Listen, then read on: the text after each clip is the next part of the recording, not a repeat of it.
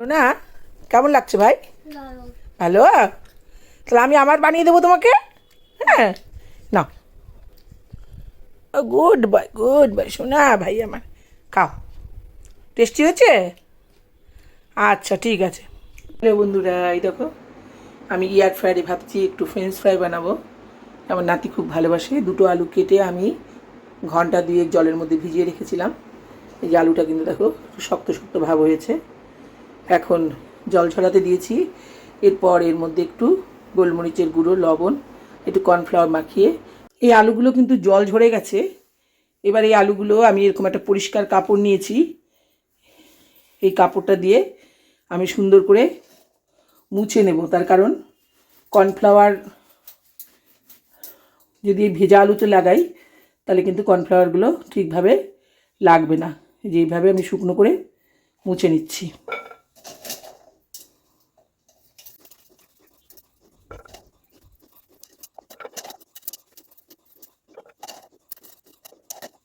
জলের মধ্যে আলুগুলো ভিজিয়ে রেখো, তাহলে কিন্তু আলুগুলো একটু শক্ত শক্ত ভাব কিন্তু আসবে। আমি কিন্তু বেশ অনেকক্ষণ 2-3 ঘন্টা কিন্তু আমি জলের মধ্যে ভিজিয়ে রেখেছিলাম আলুগুলো। ওই জন্য আলুগুলো কিন্তু নুয়ে পড়া ভাব নেই, একটু শক্ত শক্ত হয়ে গেছে। এর মধ্যে আমি দেখো কি কি দিচ্ছি। তেমন কিছু না দিলেও হবে, এটা কিন্তু আমি তেল ছাড়াই বানাবো। লবণটা পরিমাণ বুঝে দিও।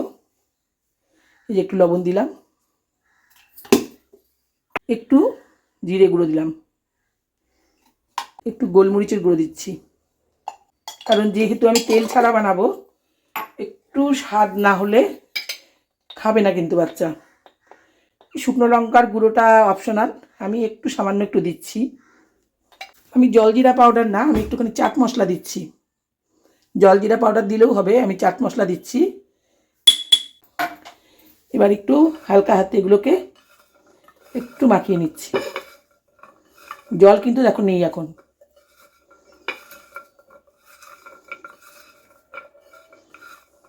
দেখো মাখানো কিন্তু হয়ে গেছে, আর জল কিন্তু দেখো একটুও বেরোয়নি। এবার আমি এগুলোতে কর্নফ্লাওয়ার মাখিয়ে মিনিট 5-7 রেখে আমি এগুলো এয়ার ফ্রায়ারে ঢুকিয়ে দেবো। কারণ বেশিক্ষণ বাইরে রাখলে এগুলো থেকে জল ছেড়ে যাবে, তখন কিন্তু এর গায়ে কোটিংটা কিন্তু একদম বোঝা যাবে না, কোটিংটা কিন্তু ধুয়ে যাবে। তাই আমি খুব বেশিক্ষণ বাইরে রাখবো না। এই 3 চামচ মতো দিলাম। এই আলুগুলোতে যেহেতু একটু চাট মশলা আর নুন দিয়েছি, সেজন্য কিন্তু জল ছাড়ার সম্ভাবনা রয়েছে। তাই বেশিক্ষণ কিন্তু এইভাবে রাখা যাবে না, তাহলে জল কাটতে শুরু করবে। তাই 5-7 মিনিট পরেই কিন্তু এগুলোকে এয়ার ফ্রায়ারে ঢুকিয়ে দিতে হবে। এখানে তেল দেওয়ার কোনো প্রয়োজন নেই, তবে আমি একটুখানি সামান্য খালি তেলের একটু হাত মিশিয়ে, এই যে 1/2 চামচ তেল, এটা না দিলেও কোনো ব্যাপার না, আমি 1/2 চামচ তেল এতে দিলাম। এবার আমি এগুলোকে এয়ার ফ্রায়ারের পাত্রটা বের করে তার উপরে একটা বাটার পেপার বিছিয়ে তার উপরে আলুগুলোকে ছড়িয়ে দেব। তবে আলুগুলো খুব বেশিক্ষণ বাইরে না রাখাই ভালো। আমি এই যে এয়ার ফ্রায়ারের যে বাসনটা বের করে নিয়ে এসেছি, আর এই যে এখানে আমি নিয়ে নিয়েছি বেকিং পেপার। এই যে বেকিং পেপার, বেকিং পেপারের একটা টুকরো এর মধ্যে বিছিয়ে দেবো। এই কেটে নিচ্ছি।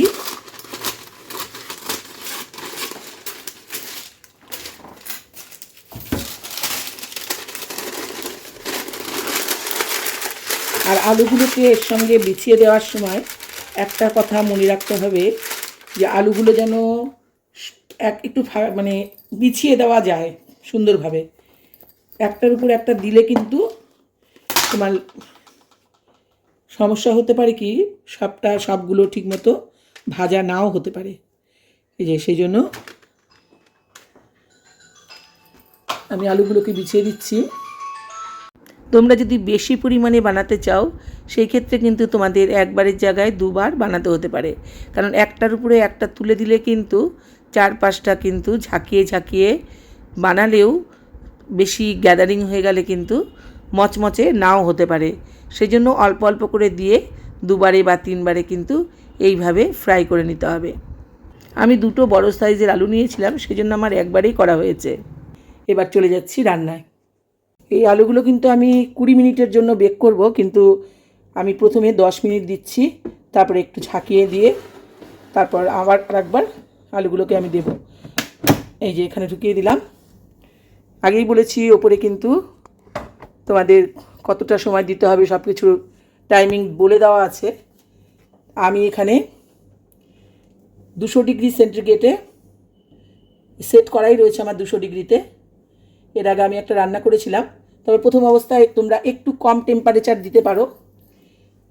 আমি প্রথমে 175 দিচ্ছি। 175-এ দিয়ে 10 মিনিট আমি এটাকে বেক করে নেব। নিয়ে বের করে একটু ঝাঁকিয়ে দেব, দেওয়ার পরে আবার 10 মিনিট এটাকে বেক করব। তবে মাঝখানে যখন নাকি একবার বের করবে তখন তোমরা চাইলে কিন্তু একটু তেল ব্রাশ করে দিতে পারো। তবে আমি সামান্য হাফ চামচ মতো তেল আগেই মাখিয়ে নিয়েছি, আমি আর তেল দেবো না, কারণ আমি বাচ্চার জন্যই বানাচ্ছি।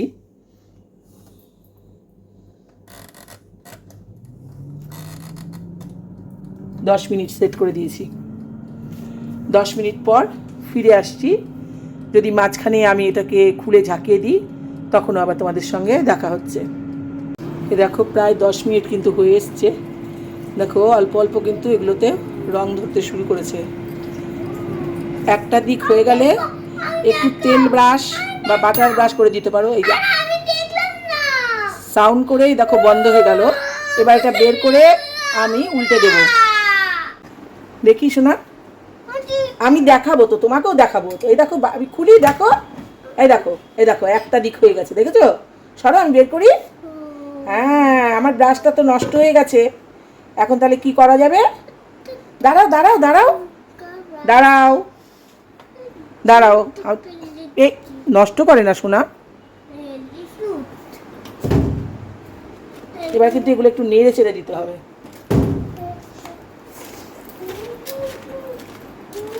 আমার ব্রাশটা নষ্ট হয়ে গেছে, আমি সামান্য একটু সাদা তেল এখানে মাখিয়ে দেব। এই যে 1 চামচ, ঠিক 1 চামচ তেল। হাফ চামচ দিলেও সমস্যা নেই, না দিলেও কোনো ব্যাপার না। এই যে তোমরা চাইলে একটু ব্রাশ করেও দিতে পারো। এই যে আমি এটা একটুখানি নেড়ে চেড়ে দিচ্ছি এর মধ্যে। ভেবেছিলাম একদম তেল ছাড়াই করব, কিন্তু যখন একদিকটা হয়ে গেল 10 মিনিট পর দেখলাম বেশ শুকনো শুকনো লাগছে। ভাবলাম যে খেতে খুব একটা ভালো লাগবে না, আমরা তো ওইভাবে তেল ছাড়া খেয়ে অভ্যস্ত নই, তাই আমি 1 চামচ তেল যোগ করলাম। তবে তোমরা চাইলে কিন্তু তেল ছাড়াও কিন্তু বানাতে পারো।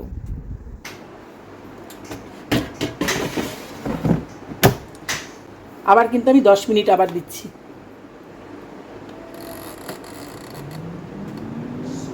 এই যে 10 মিনিটের জন্য আবার সেট করে দিলাম। দেখি 10 মিনিট পরে কি অবস্থা হয়। 10 মিনিট পরে আমি আবার ফিরে আসছি। তোমরা কিন্তু এইভাবে কিন্তু স্বাস্থ্যপ্রদভাবে ফ্রেঞ্চ ফ্রাই বানিয়ে বাচ্চাদেরও দিতে পারো, নিজেরাও খেতে পারো। আমি তেল একটু দিয়েছি 1 চামচ, কিন্তু তোমরা চাইলে তেলটা কিন্তু একেবারে অ্যাভয়েড করতে পারো। তেল ছাড়াও কিন্তু এটা ভাজা হবে। এই যে আরও 10 মিনিট কিন্তু দিয়েছিলাম। এই যে 10 মিনিট পরে আবার বের করলাম, একটা বেল বাজলো। আর এটা দেখি, হ্যাঁ মোটামুটি কিন্তু হয়ে গেছে। আরও মনে হচ্ছে মিনিট 5 লাগবে। দেখো 1 চামচ তেল দিয়ে এতগুলো আলু ভাজা অবিশ্বাস্য। তেল না দিলেও চলে। আলু ভাজা বলো, ফ্রেঞ্চ ফ্রাই বলো, ফ্রেঞ্চ ফ্রাই আরও অন্যরকমভাবেও তৈরি করা যায়। আলুটাকে সেদ্ধ করে নিয়ে কর্নফ্লাওয়ার দিয়ে ওটাও করা যায়, আবার এটা একটা অন্যরকম প্রসেস। আচ্ছা দেখি আমি একটা আলু,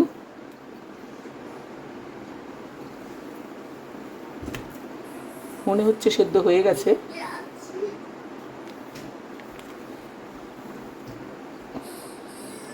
সেদ্ধ হয়ে গেছে,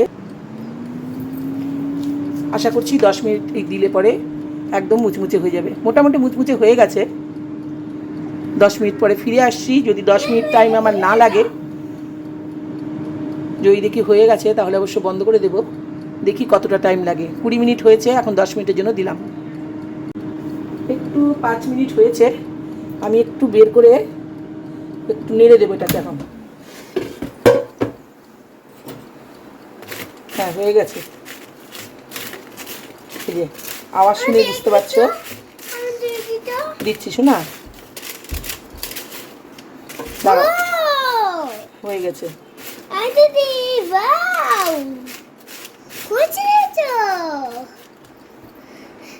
দেখতে পাচ্ছি মোবাইলে দেখতে পাচ্ছ? আচ্ছা,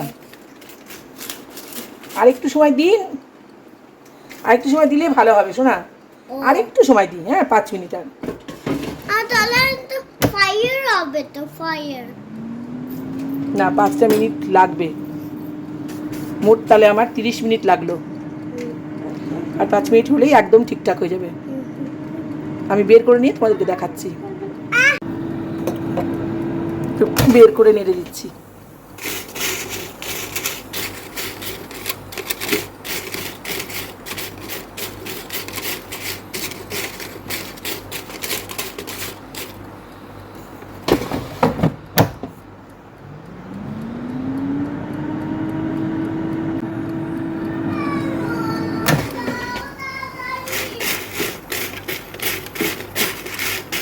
মচমচে হয়ে গেছে। একদম।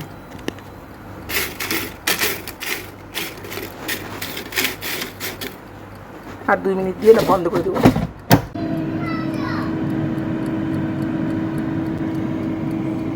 কালার কিন্তু মোটামুটি হয়ে গেছে, আর বেশি হলে পুড়ে যাবে। এবার বের করে দিচ্ছি।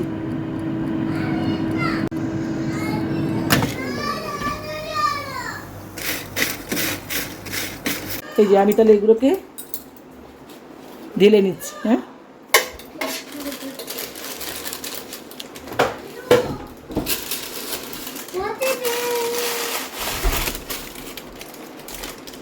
দেখো সামান্য তেল দিয়ে আমি ফ্রেঞ্চ ফ্রাই বানিয়ে নিয়েছি। নাতি খাওয়ার জন্য অস্থির হয়ে গেছে। তোমরা চাইলে আর একটু কড়া করতে পারো। এই যে দেখো খুব সুন্দর হয়েছে।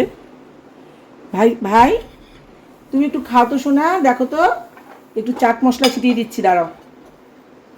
এই যে আমার ফ্রেঞ্চ ফ্রাই কিন্তু রেডি। নাতি অস্থির হয়ে গেছে, এই জন্য আমি নামালাম। 175 ডিগ্রি সেন্টিগ্রেডে আমার 30 মিনিট লেগেছিল, কিন্তু এটা যদি তোমরা 200 ডিগ্রি সেন্টিগ্রেড সেট করো তাহলে 20 মিনিটেই কিন্তু হয়ে যাবে। তাহলে তোমরা চটপট এইভাবে তৈরি করে খাও, আর কেমন হয়েছে আমাকে জানাও। টাটা।